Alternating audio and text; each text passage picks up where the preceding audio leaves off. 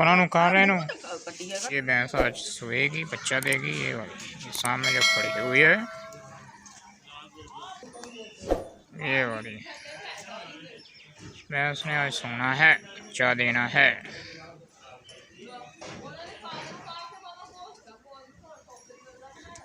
ये वाली भैंस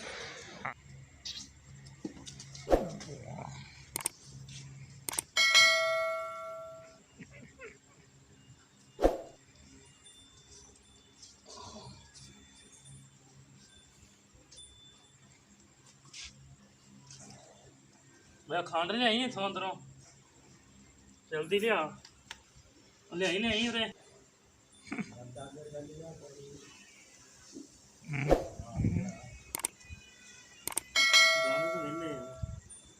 चलो जा आपने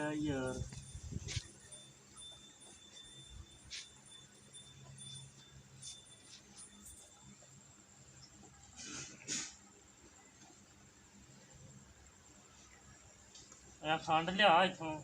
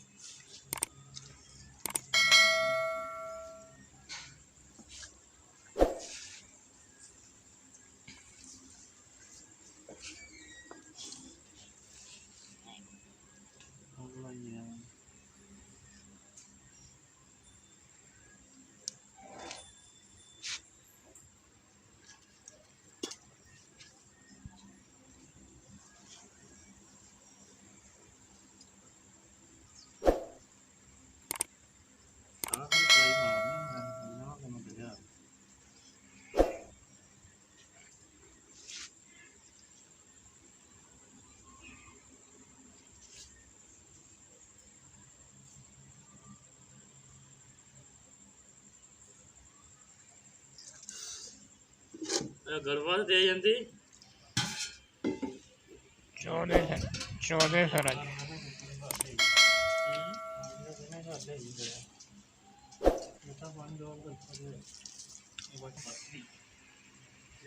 नेट तो देख के बना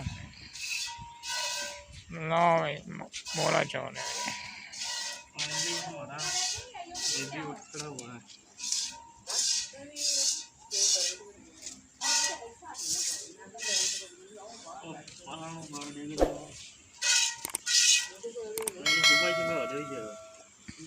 ना होने चलाना पहला बोला नहीं चलाना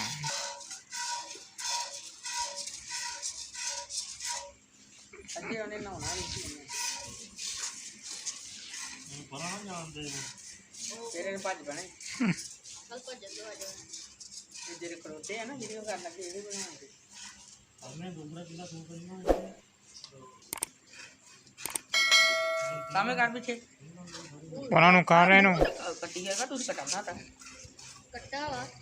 कार पर